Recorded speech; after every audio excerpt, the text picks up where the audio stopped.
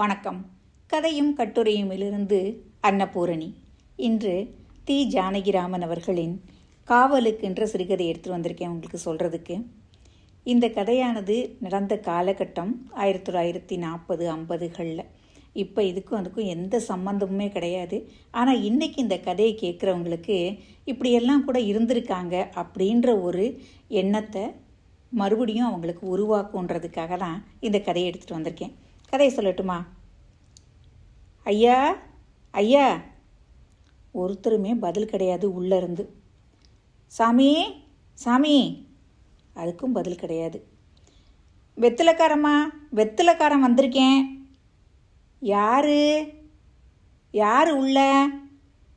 நான் தாம்மா, வெத்தலை வேதாந்தி. இடைவெளியை பார்க்குறாரு.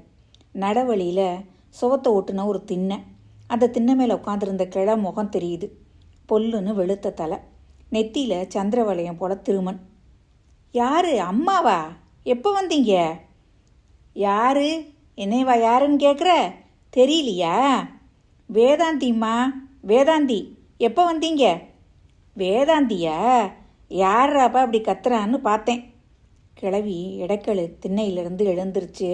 அப்பா அம்மானு தள்ளாடி முந்தான பின்பக்கம் ஆடு சதை வர தொங்க நடந்து வந்து வாசத்திண்ணையில் உட்காந்தாங்க. எப்போ வந்தீங்க? நான் வந்து 10 நாளாச்சே.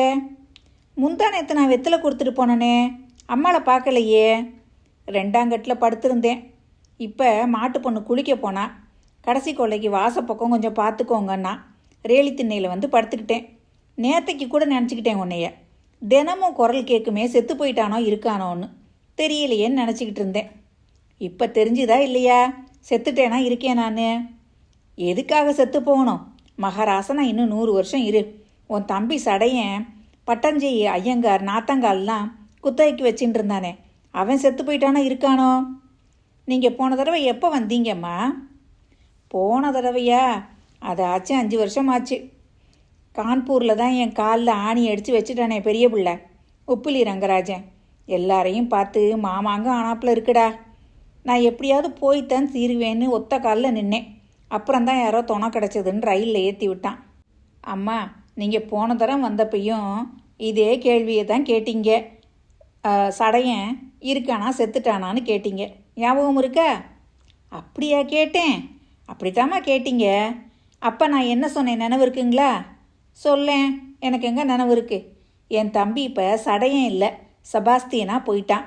பட்டாச்சாரி நாத்தங்காலில் கிரயத்துக்கு வாங்கி சொந்தமாக பயிர் செலவு பண்ணுறான்னு சொன்னேன். உங்களுக்கு மறந்து போச்சு. இப்போவும் அவன் செத்து போகலை, நல்லா தான் இருக்கான். என் தம்பினா எனக்கு அப்புறம் தானே செத்து போகணும். குஷாலா அவ அந்தந்த காலத்தில் செத்து போகிறது தான் நல்லது. அப்படி எங்கே நடக்கிறது? அவர் செத்து போன உடனே நீ என்னோட வந்து இருமான்னு பெரிய புள்ள கான்பூருக்கு கூட்டிகிட்டு போனான். கான்பூர் என்ன கிட்டஞ்சியா, கொட்டையூர், இன்னம்பூர், சருக்கு, கோபாலசமுத்திரம் மாதிரி? அது கிடக்கு 4000 மைலோ 5000 மைலோ. எப்போவாது 2 வருஷம் 3 வருஷம் 4 வருஷத்துக்கு ஒரு தடவை வர்றேன். ஒவ்வொரு தடவையும் கேட்குற செய்தியெல்லாம் தூக்கி வாரி போடுது. என் மச்சினேன் புள்ள 6ஆவது பொண்டாட்டி மேலே கோச்சிக்கிட்டு குளத்தில் விழுந்து பிராணான்னு விட்டுட்டானா. போன தரம் வந்து ஒரு நாளைக்கெல்லாம் அந்த செய்தியை சொன்னால் சொரேர்னுது எனக்கு. அதோடவா ராதா பொண்டாட்டி என்னோட பரம ஸ்நேகிதி. அவளை பார்த்துட்டு வரணும் மேடின்னே பெரிய மாட்டு பொண்ணுக்கிட்ட. அவள் கேன்சர் வந்து செத்து போயிட்டாம்மா. அன்னாலே பாரு, 4 நாளைக்கு சோறு இறங்கலை.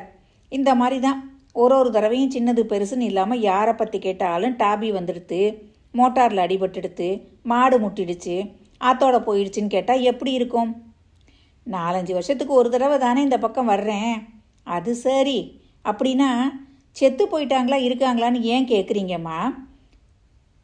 இருக்காங்களா செத்து போயிட்டாங்களான்னு கேட்கக்கூடாதா? எப்படி கேட்டால் என்னடா?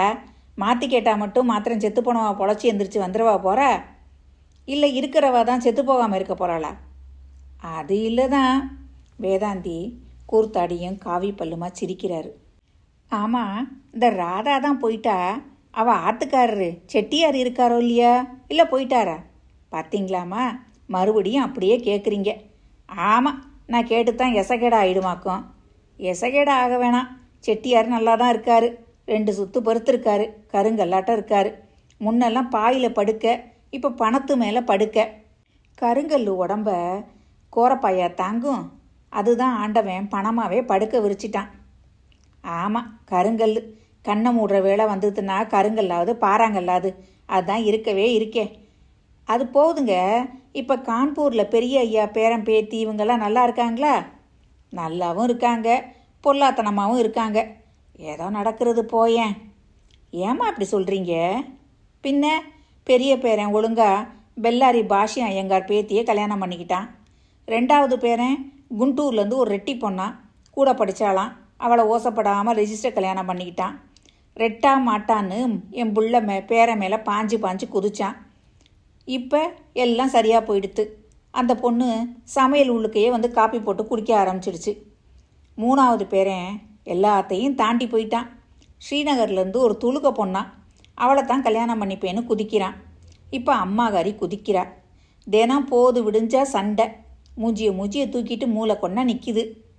வேதாந்தி உடனே, சாதி பிரிவினிலே தீய மூட்டுவோம், சந்த வெளியிலே கோலை நாட்டுவோம், வீதி பிரிவினிலே விளையாடிடுவோம், வேண்டாத மனையினில் உறவு செய்வோம், சோதி துளாலியே தூங்கி விடுவோம், சுகமான பெண்ணையே சுகித்திருப்போம், ஆதிப்பிரமர்கள் 5 பேரும் அறியார்கள், இதையென்று ஆடு பாம்பேன்னு பாடிக்கிட்டே எந்திரிச்சு நின்னார்.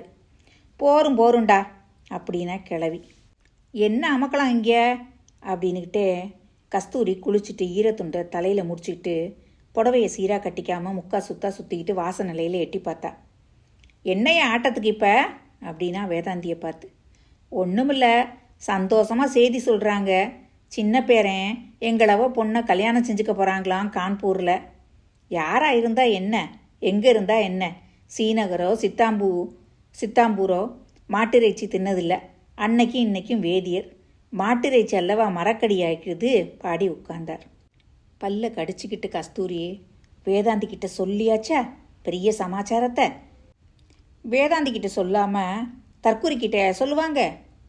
வெத்தில் எத்தினி வைக்கிட்டோம்மா. என்ன கேள்வி இது? ஒரு கவுளி 2 நாவட்டம் தெரியாதா உனக்கு? நீ வாசலில் வந்தாலே ஏதாவது அமக்கலாம்.